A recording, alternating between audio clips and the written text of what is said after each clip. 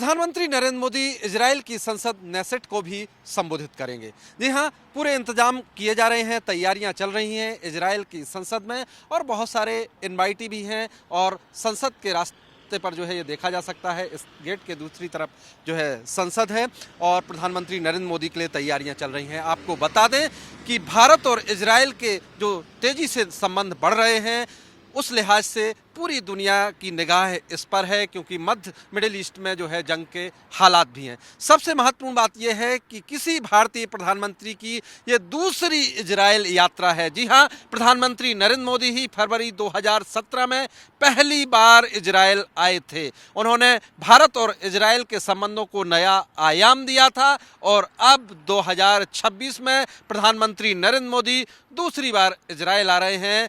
उनके लिए जो है नेतन्याहू जो इजराइल के पीएम हैं, एक प्राइवेट डिनर रखा है और ये पीएम मोदी की राजकीय यात्रा है, क्योंकि इजराइल के प्रधानमंत्री के निमंत्रण पर वो पहुंच रहे हैं।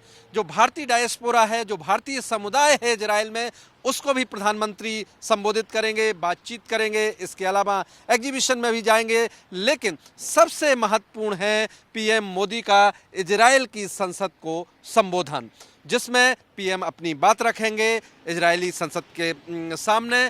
और देखिए, नेतन्याहू भी अपने देश में बहुत सारी मुश्किलों का सामना कर रहे हैं और इसी बीच मिडिल ईस्ट में जो हालात हैं, अमेरिका ईरान के बीच जंग के हालात हैं और अमेरिका ईरान पर हमला करता है, तो जिस तरह से ईरान ने कहा है कि उस पर हमला हुआ तो वो अमेरिकी बेस पर आक्रमण करेगा और इजराइल पर हमला करेगा। तो इस तरह के हालात में प्रधानमंत्री नरेंद्र मोदी की ये इजराइल यात्रा हो रही है। यही वजह है कि हम कह रहे हैं कि पीएम मोदी की इस यात्रा पर पूरी दुनिया भर की नजरें टिकी हुई हैं।